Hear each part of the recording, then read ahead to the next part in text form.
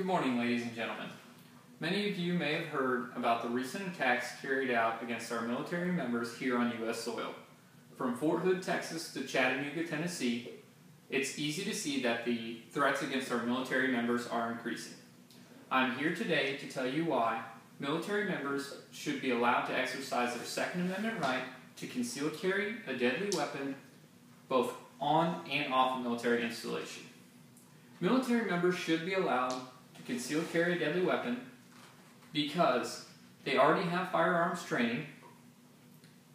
Some states give concealed carry permits to military members without any additional training. The threats against military bases are increasing, and base security would be increased if more members were armed. First, let's take a look at how the military conducts basic firearms training. The United States Army conducts a three-phase basic firearm training course in their military basic training. The first phase is disassembly, assembly of the weapon, shooting fundamentals, and range safety.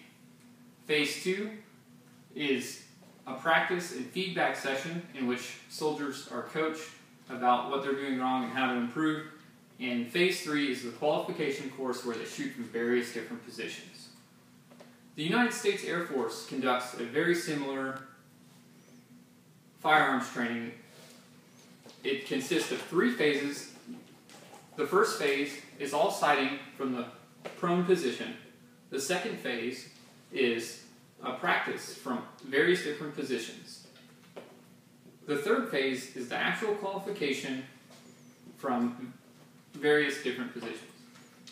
The United States Navy is a little different. They conduct two different qualification courses, one on the M9 pistol, in which they must shoot from 3 yards, 7 yards, and 15 yards, and one with a shotgun, in which they must shoot from 4 stations at various different positions. The United States Marine Corps conducts a very similar three-phase firearms training, in which the first phase, they learn basic weapon instructions and safety. Phase 2, they learn firing position instructions and safety. And Phase 3 is a practice and qualification. So now that you all know a little bit about how the military conducts their basic firearms training, I'm going to hand the presentation over to Tristan Gilbert to tell you a little bit about how states give military members concealed carry permits without any additional training.